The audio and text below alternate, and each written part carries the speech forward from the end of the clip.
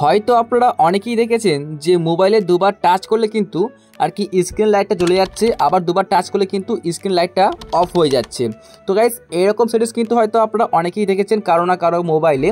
তো আপনারা কিভাবে এইরকম সেটিংস আপনাদের মোবাইলের মধ্যে করবেন আজকের ভিডিওতে আপনাদেরকে আমি দেখিয়ে দেবো।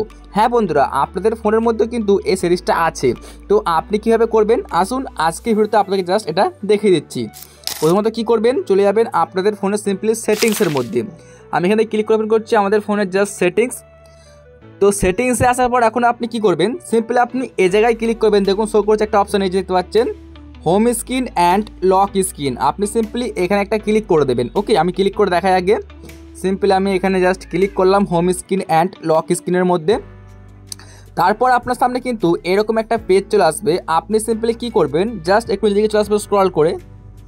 দেখুন এখানে শো করছে গাইস এই যে অপশন দেখতে পাচ্ছেন, সিম্পলি এই যে ডবল ট্যাপ। সিম্পলি আপনি এটাকে এখান থেকে অন করবেন, তাহলেই কিন্তু আপনার আর কি এই কাজটুকু আপনার ফোনের মধ্যে হবে। মানে ডবল ট্যাপ করলে আপনার ফোনের লাইটটা জ্বলবে এবং আবার ডবল ট্যাপ করলে কিন্তু লাইটটা বন্ধ হয়ে যাবে। সিম্পলি আপনাকে জাস্ট টার্ন অন করে দেবেন। আর যদি আপনি এখানে সেটিংসটা না পান তাহলে কী করবেন, জাস্ট দেখাচ্ছি। এখান থেকে আপনি ব্যাকে বেরিয়ে চলে আসবেন। সিম্পলি আপনি ক্লিক করবেন আপনাদের ফোনের সিম্পলি এই যে সার্চ বার পাবেন, সিম্পলি আপনি সেটিংসে এখানে একটা ক্লিক করে দেবেন।